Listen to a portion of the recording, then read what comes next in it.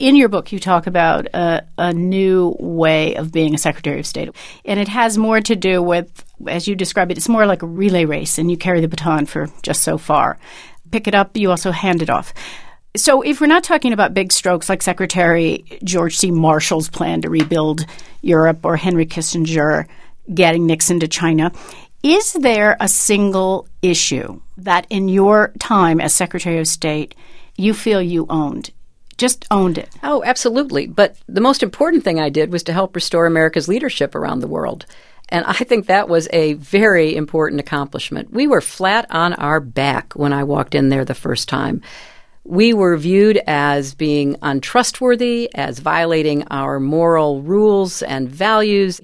This is because of Iraq, the Iraq War? Because of the 8 years that preceded us. It was the economic collapse. It was 2 wars. It was the war on terror that led to some very unfortunate un-American actions being taken. And that was my biggest challenge. You know, Henry Kissinger is a friend of mine, and we laugh about it. It would be impossible for him to sneak from Pakistan to China today, where cell phones are ubiquitous, to do some kind of secret negotiation.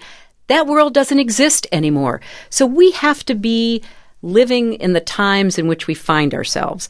Iran, bringing them to the table by the kind of sanctions and pressure, that was so challenging because we had to convince the rest of the world to go along with this plan.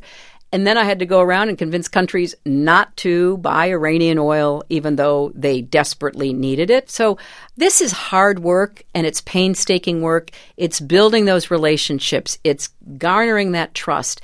It's mobilizing people to help solve problems together. And I think we laid a very strong foundation. Secretary Clinton, thank you. Great to talk to you, Renee.